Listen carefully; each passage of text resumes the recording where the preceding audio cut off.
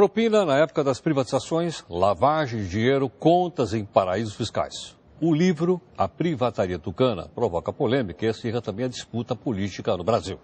A primeira edição desse livro, lançado na sexta-feira, já está esgotada. As acusações envolvem gente da alta cúpula do PSDB. Conosco ao vivo de Brasília está o nosso repórter Luiz Fara Monteiro com mais informações. Boa noite, Luiz. Como é que os políticos receberam aí essa verdadeira bomba na capital federal? O que eles disseram do livro do Amaury? Boa noite, Heródoto. Olha, partidários aí da oposição preferiram não comentar o lançamento do livro. Aliás, essa foi a primeira vez que um livro sobre jornalismo se esgotou em menos de 24 horas. Desde a última sexta-feira, quando foi lançado, 30 mil exemplares da Privataria Tucana já foram vendidos. Nós conversamos hoje também com representantes da Geração Editorial, que publicou o livro. E eles confessaram que não tiveram tempo de reforçar o estoque nas prateleiras assim que começou a grande polêmica, o grande comentário sobre o livro ainda nas redes sociais antes do lançamento. Por isso, o material está em falta hoje nas principais livrarias do país. Nós conversamos durante o dia com professores universitários, cientistas políticos e jornalistas. Todos foram unânimes em afirmar que o lançamento da Privataria Tucana modifica e muito a relação existente no Brasil entre a grande mídia e a sociedade. É o que nós vamos acompanhar na reportagem a seguir. O esclarecimento de um dos episódios mais nebulosos na disputa política recente do Brasil. É com esse apelo que chega às livrarias a obra do jornalista Amaury Ribeiro Júnior. Por meio de documentos, Amaury mostra os bastidores das privatizações de empresas públicas ocorridas quando o PSDB governava o país.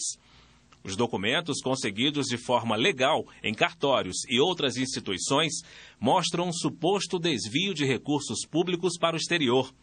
Empresas em paraísos fiscais lavavam o dinheiro sujo, inclusive do recebimento de propina, trazendo para o Brasil como se fossem recursos de investimentos em empresas nacionais. Entre os principais beneficiários estariam familiares do ex-governador José Serra. Outra denúncia do livro traz Serra como líder de um esquema de espionagem contra o colega de partido Aécio Neves. Serra e Aécio disputavam a indicação da legenda para decidir quem enfrentaria Dilma Rousseff nas eleições presidenciais. A chegada de Privataria Tucana no mercado editorial produziu um fenômeno no mínimo curioso na mídia brasileira. Vários veículos de imprensa considerados de abrangência nacional praticamente ignoraram o debate que houve sobre o livro nas redes sociais. Esse exemplar que você viu na imagem pertence ao gerente da loja, só para ilustrar. A curiosidade dos leitores é tanta que a obra se esgotou em menos de 24 horas em todo o país. A próxima remessa só chega no fim de semana. Mesmo assim, já tem vários clientes na lista de espera. Tem muita gente procurando, a gente teve que organizar uma lista para receber na próxima remessa, que está chegando até sexta-feira. Um dos poucos líderes tucanos em Brasília, nessa segunda-feira, o senador Álvaro Dias não quis comentar o caso. Para esse jornalista, o lançamento do livro traz uma nova relação entre sociedade e imprensa. E o outro fenômeno, que é o fenômeno dentro do fenômeno, é que um livro desse, que vende como pão quente, que tem uma repercussão enorme nas redes sociais, no Twitter, no Facebook, na internet, ele simplesmente se tornou um fenômeno invisível para a grande mídia, para essa chamada grande mídia. Porque essa mídia velha, né, que está vivendo em absoluto descolamento da realidade. Para esse cientista político, o episódio mostra a força das mídias sociais. O fato das grandes mídias não terem anunciado o livro não inviabilizou o seu lançamento, muito pelo contrário. Por meio de canais alternativos, esse livro se divulgou e foi vendido em grande escala. Ou seja, hoje ninguém mais controla a informação. E voltamos a falar direto de Brasília. Como nós informamos na reportagem, nenhum representante do PSDB quis comentar o conteúdo do livro. O partido apenas se manifestou sobre uma reportagem publicada numa revista semanal, dando conta de que integrantes do Partido dos Trabalhadores teriam contratado um falsificador de documentos nas eleições de 2006 para comprometer os partidos de oposição. Ainda falando sobre o lançamento do livro, Heródoto, curioso, nesta livraria onde nós estivemos hoje à tarde, nós passamos por lá cerca de uma hora, é que tinha um grande número de clientes querendo comprar o livro, e não tinha, já está esgotada a primeira edição, e também muitas pessoas perguntando que livro seria esse, porque não tomaram conhecimento da existência da obra. Ou seja, as pessoas que têm costume de participar das mídias sociais, Facebook, Orkut, Twitter e por aí afora, conhecem Privataria Tucano, desde a semana passada antes do lançamento. E as pessoas que acompanham outros veículos da grande mídia não tomaram conhecimento da existência do material. Heródoto. Ok, Lula, obrigado. Bom, eu mesmo fui ontem à noite na livraria Saraiva, aqui em São Paulo, no Shopping Genópolis, não vi lá. Eu li lá por baixo, não tinha o livro, você está lá no primeiro andar. Eu fui lá no primeiro andar, também não vi. Vi lá Steve Jobs para todo lado, Boni, etc. Mas o livro do Amaury eu não vi. Bom, mas quem está aqui conosco também é a nossa comentarista, a Cristina Lemos. Cris, boa noite. Como é que foi a reação, então, dos tucanos ao livro publicado pelo nosso companheiro aqui, o Amaury Ribeiro Júnior? Olha, Heródoto, reação orquestrada, viu? Até os mais combativos tucanos se fecharam. Você viu aí o senador Álvaro Dias todo sorridente, né? Pois é, nem ele não quis comentar, não. O ex-presidente Fernando Henrique Cardoso lembrou que o autor está sendo indiciado pela Polícia Federal e usou o fato para fugir da raia. A ordem geral entre os tucanos é não dar espaço para o livro, nem comentando criticamente. O livro que é altamente negativo para muitos dos mais importantes representantes do PSDB, não só para José Serra. Os políticos dos outros partidos, até do PSOL, tentam ficar aí de fora da briga. Usam o argumento de que ainda não leram, ainda não tomaram conhecimento. Mas o fato é que o livro, como você viu, está esgotado também aqui em Brasília. O Lula mostrou aí o último exemplar que estava reservado para um cliente da livraria. Olha, não teve para ninguém comprar hoje aqui em Brasília. Outro dado sintomático é que a reportagem de capa da revista Veja, acusando os petistas de falsificação de documento para incriminar adversário, saiu junto com o livro. Talvez essa tenha sido a reação indireta mais expressiva ao livro. Heródoto. Agora, Cris, você chegou a procurar o pessoal aí do Comando Geral do PSDB aí em Brasília? Alguém atendeu? Deram alguma resposta? Disseram alguma coisa? Procurei sim, viu, Heródoto? Eu fiz contato aí com a sede do PSDB aqui em Brasília e a resposta é que o presidente do partido, o Sérgio Guerra, não vai se manifestar. Uma coisa é certa. O livro, embora se remeta a um fato transcorrido durante o governo Fernando Henrique Cardoso, ele tem o efeito de gasolina na fogueira tucana, por causa do momento em que é lançado, já que Serra e Aécio Neves se batem pela indicação do partido para a disputa pela presidência da República. O Serra vem claramente enfraquecido em função da derrota para Dilma na última eleição, mas ainda é, no PSDB, o nome de maior recall, de maior também relevância dentro do PSDB.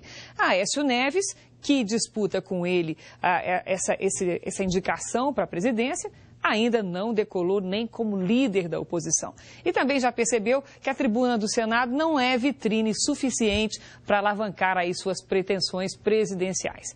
É uma queda de braço interessante, Heródoto. Agora, Cris, e quanto às outras notícias para os tucanos, como, por exemplo, a eleição, a pré-eleição aqui em São Paulo, que é talvez a prefeitura mais disputada no Brasil, mais importante no Brasil, como é que os tucanos saem nessa pré-largada? Como é que são os resultados aí do Datafolha? Olha, Heródoto, essa pesquisa da Datafolha também não foi uma notícia boa para os tucanos. É claro que ninguém no PSDB pode comentar esse resultado. 35% de rejeição por Serra numa possível candidatura à Prefeitura de São Paulo. Nem mesmo o Aécio Neves pode comemorar, uma vez que o Aécio faz aí uma torcida indisfarçável para que Serra dispute agora a Prefeitura, enquanto ele se dedica a construir a própria candidatura ao Planalto. E para piorar para os tucanos, essa mesma pesquisa da Datafolha também mostra que quase a metade dos paulistas afirmam que vão votar no candidato indicado por Lula, o que mostra um claro aumento de influência do petista nesse eleitorado. No entanto, esse padrão aí sinalizado pela pesquisa está longe de se refletir na atual intenção de voto no ministro da Educação, o petista Fernando Haddad. Atualmente a intenção gira entre 3% e 4% a intenção de voto. Aliás, ainda não está acertada nem a data da saída de Haddad do governo. É possível que ele peça para sair antes mesmo da reforma ministerial, caso ela demore. Heródoto. Aliás, até o presidente Fernando Henrique Cardoso deu uma declaração hoje dizendo que os candidatos à Prefeitura de São Paulo são todos japoneses. Eu não entendi exatamente bem o que significa isso, se é todo mundo igual ou se ninguém entende. Eu não sei exatamente, eu acho que os japoneses não vão gostar dessa comparação, não. Até mais, Cris. Acho que é todo mundo alienígena, viu, Heródoto? Até mais. Olha, nós falamos então do livro, que aliás foi mostrado aqui na última sexta-feira, na Privataria Tucana. E depois o nosso comentarista, o Nilando Beirão, fez um comentário aqui a respeito do livro conosco, na última sexta-feira também. No sábado nós fomos publicado na revista Carta Capital.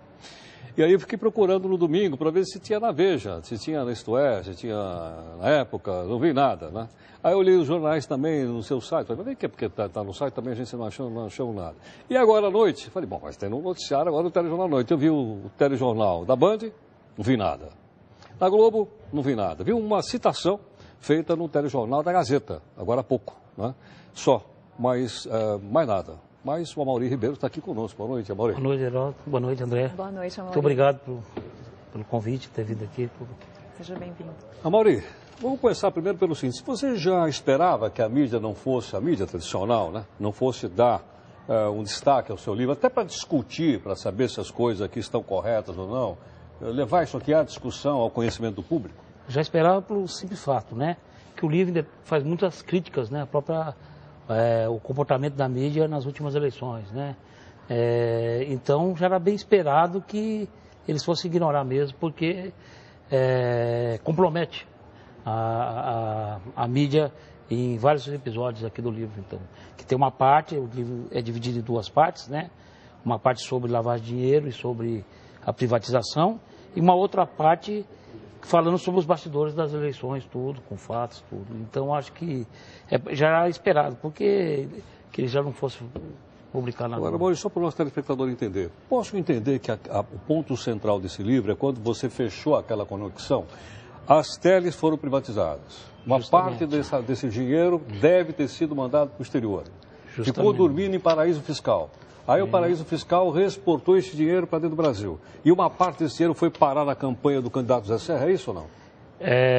Pelos dados aqui, foram parar na conta de familiares da filha e do genro do Serra. Certo. Se há um indício de campanha política, o livro não chegou a esse fato. E que também foram parar também no tesoureiro de campanha do Ricardo Serra, que foi o grande piloto das privatizações, né? Que era a figura, foi tesoureiro do Serra, tesoureiro do Fernando Henrique. Eu acho que isso aí fica bem claro que é uma coisa acerto das pessoas que tiveram o comando ali e que tiveram que participaram da privatização. Agora, desculpa. Amaury, a gente pode falar que o livro foi um fantasma na campanha eleitoral do ano passado. Eu gostaria de saber de você qual foi a reação do ex-governador e também do partido quando souberam que essa obra seria publicada. O que eu sei é que ele mandou um emissário falar com o editor, né? Tentando fazer um acordo com o editor, dono da editora, mas o editor pegou e falou que não tinha nada para conversar com ele, né? Isso aí o imediato já tem falado aí, deu teu nome, mandou um sindicalista falar com ele, tentando uma reunião, ele tentou de todas as formas barrar o livro, ele nunca quis que esses fatos viessem à tona. Isso aí era um fato, mesmo no episódio da campanha, e toda vez que citava meu nome, ele ficava meio desequilibrado na campanha, tudo. Então, o Serra nunca se interessou que esse assunto viesse à tona, né? Aí, para entender, eu comecei a investigar esses fatos, quando a imprensa começou a falar que havia propinas na privatização. Então, eu comecei a seguir o caminho do dinheiro. E depois eu me aprofundei nesse tema de lavar dinheiro. Eu dei primeiro o grande escândalo da CPI do Banestado. Fui eu que levantei, junto com uma colega da Isto É, a Sônia Figueiras. Fiz o escândalo da máfia dos fiscais do Rio. E fiz também o documento que comprova a existência de dinheiro da agência do Marcos Valério. E esse contato, esse tipo de matéria, porque eu até então, antes de entrar nesses temas, era um jornalista ligado à área de direitos humanos, né? Falando em várias matérias de violação de direitos humanos e das épocas de chumbo da ditadura. E passou a ser um divisor na minha carreira, porque eu passei a ser chamado para ir para toda a América Latina. Eu sou muito chamado no Peru, sou muito conhecido no Peru. Eu já devo ter ido umas 6, 7 vezes no Peru para falar sobre lavar dinheiro. Vou no Paraguai, vou para todo lugar. Faz um esclarecimento aqui para o nosso telespectador. É possível avaliar quanto de dinheiro saiu do Brasil para ir para o paraíso fiscal e quanto veio do paraíso fiscal de volta ao Brasil? Você tem prova disso aqui ou não? Não, já está rastreado, já está provado, por exemplo, que o Ricardo Sérgio... Quem é o Ricardo Sérgio? Ricardo Sérgio era o piloto... Era o diretor do Banco do Brasil? Tá, intencional, mas qual que era a sua função nas privatizações? Era de organizar os consórcios, né? E ele tinha um papel muito grande de influência no consórcio, porque todos esses consórcios dependiam do dinheiro, todo mundo sabe, e que quem definiu a linha dos consórcios foram os fundos milionários de pensão.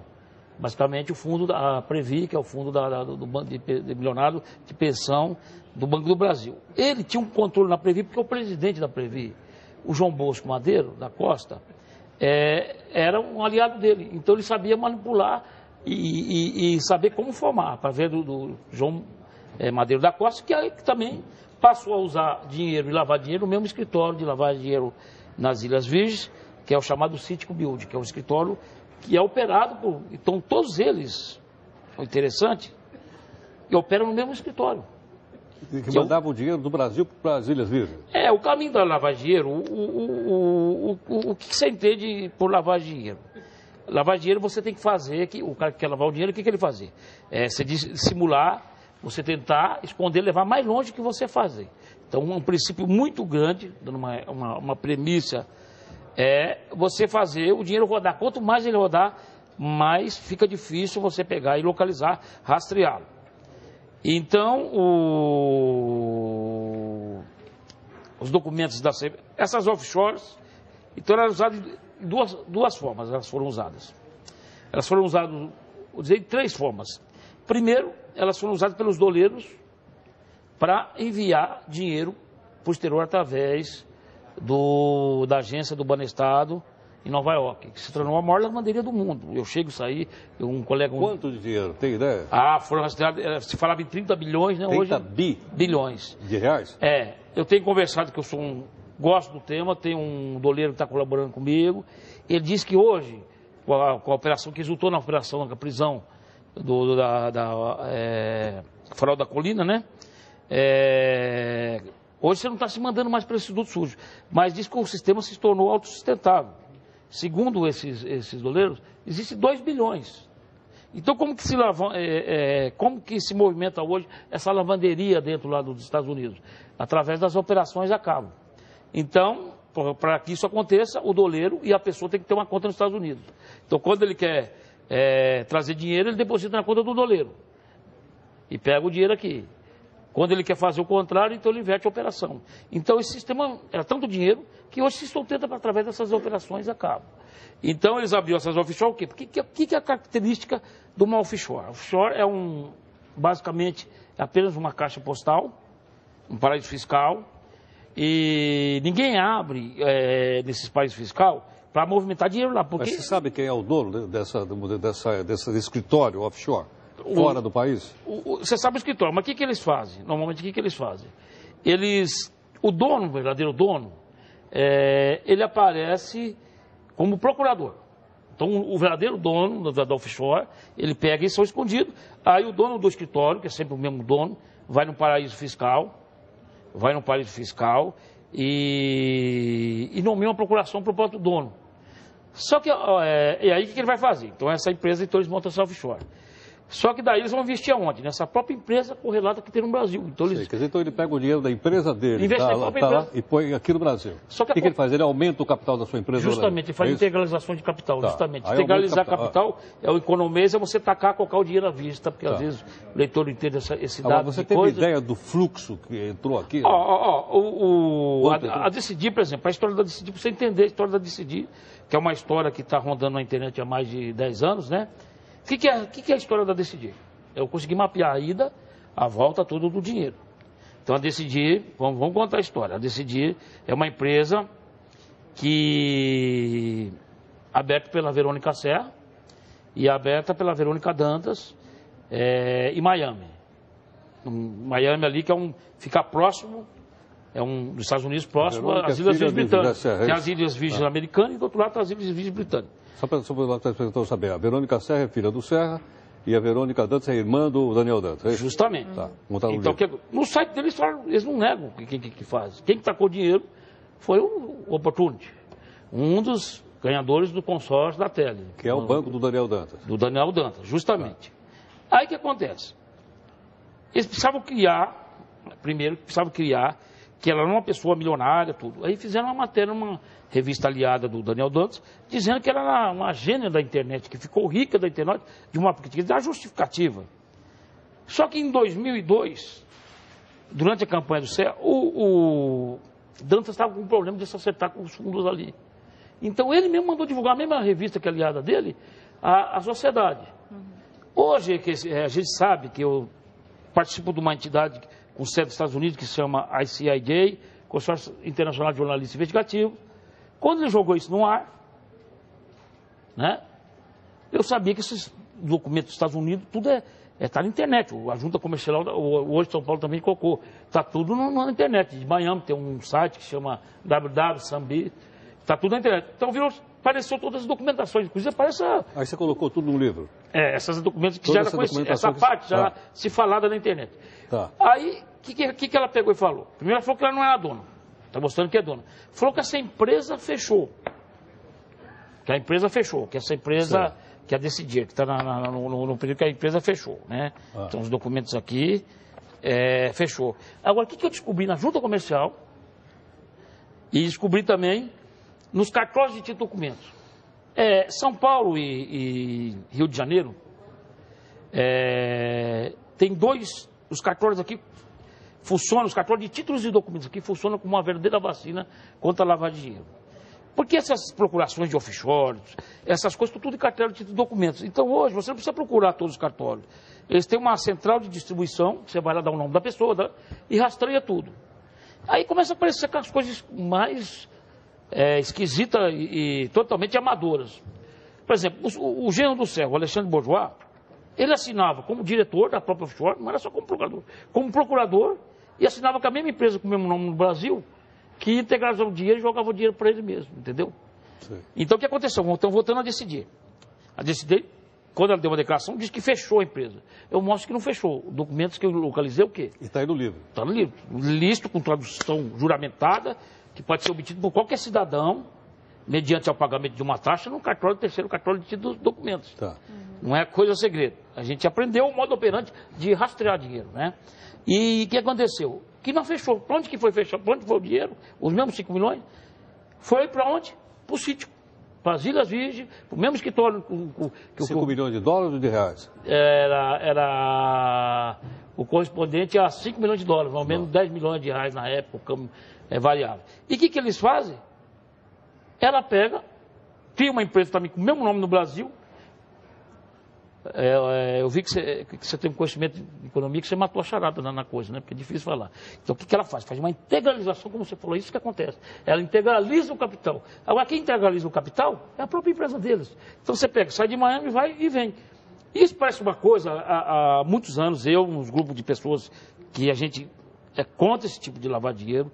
Esse livro, a intenção principal não é coisa partidária, é acabar com esse mecanismo, porque esse mecanismo que usa aqui, hoje está tendo condenação. O pessoal que restou da Georgina, aquele pessoal, foi condenado recentemente do juiz com uma operação igual. Eles vão lá, injetam dinheiro na mesma empresa dele no Rio de Janeiro, e depois, recentemente, aqui na Record, eu e o colega Luiz Carazeiro e o Tony, a gente rastrear o dinheiro da Sanude, do Ricardo Teixeira, é a mesma coisa. Ele pega o dinheiro e aumenta o capital aqui e a Sanude joga. O procurador quem que é? É o próprio sogro do João Avelange e o irmão do Ricardo Teixeira. Então você vê. E daqui isso vai distribuindo, são umas coisas assim que parecem complicadas, mas que hoje é usado por todo mundo. Uma operação ficou banalizada. Agora, por que isso não acaba definitivamente? Bastava uma medida muito simples, que era proibir, como eu falo no livro, que essas empresas offshore, a entrada na capital dessas empresas ou coisa. Outro modo operante que foi muito usado pelo Dantas, pelo Ricardo Teixeira, era em operações casadas também, mas uma operações mais complicadas na Bolsa de Valores. Eles emitiam papéis com um valor de deságio e compravam um valor maior lá. Era operações sempre casadas, operações... E que era a intenção? Foi assim que o Maluf caiu com a Tex e que o Dantas fez também. E que o Ricardo fez com uma empresa falimentar tudo. Sim. Hoje, o Nassif, ao falar do meu livro, sustentou uma operação que é a operação que está na moda agora. O modo operante que estão usando é uma operação chamada esquenta e esfria. É uma operação casada. Esquenta e esfria é uma operação que o cara não perde nas duas pontas, né? Ele ganha menos. Só que essa diferença que dá é o dinheiro que ele lava, entendeu? É uma coisa sofisticada. Isso que ele me falou foi um doleiro, conhecido doleiro, que me explicou isso aí, que a gente tenta... a gente tem conhecimento de sempre atrás desse mecanismo de lavagem de dinheiro. Assim, como, obviamente, o tema é extremamente importante, né, e a sua investigação foi bastante minuciosa, inclusive documentos, nós vamos deixar aqui o e-mail nosso aqui do jornal, para as pessoas mandarem perguntas, eu tenho certeza que você vai respondê-las, claro. Né, com detalhe, porque às vezes as pessoas não entendem. Como o livro não está sendo achado também... né? Diz que eu sou melhor escrevendo do que falando, né? Então, mas porque é difícil, é muito difícil. Isso que eu falo, a gente... E a coisa que tem me agradado muito, né? É as pessoas que leem disso, estão entendendo, porque quando eu fiquei um ano todo... fazer essas matérias quando eu trabalhava na Expoé, meu chefe falava assim, pô, só você que entende esse negócio, ninguém entende esse negócio. Então a gente... Foi um trabalho você tentar traduzir esse economês, tentar traduzir uma coisa isso clara. Então, se houver alguma dúvida, a segunda edição parece que chega nas livrarias semana que vem, não é isso? Sexta-feira. É da Geração Editorial. É um fenômeno assim que vocês estavam conversando, um fenômeno assim que eu estava conversando com o diretor financeiro hoje de uma distribuidora de livros, falou que esse fenômeno que está acontecendo com o meu livro aí, é um fenômeno de livro como Harry Potter, as coisas assim, não tem uma coisa assim que eles então nós vamos pedir para o nosso telespectador mandar um e-mail com dúvida, queremos agradecer a gentileza, queria apenas lembrar também que o último capítulo que eu li aí é também uma disputa dentro do PT, tá? O que mostra que o livro está acima de partidos políticos, não é verdade? Justamente. Nós vamos falar agora porque não temos tempo, mas é uma disputa então dentro do PT e na época da campanha à presidência da República, da presidente Dilma Rousseff. Inclusive, que você também levantou e a reportagem está aí. Amaury, muito obrigado pela gentileza. Eu que agradeço a oportunidade. Ok, obrigado. Obrigada, boa noite, parabéns pela obra. Muito obrigado.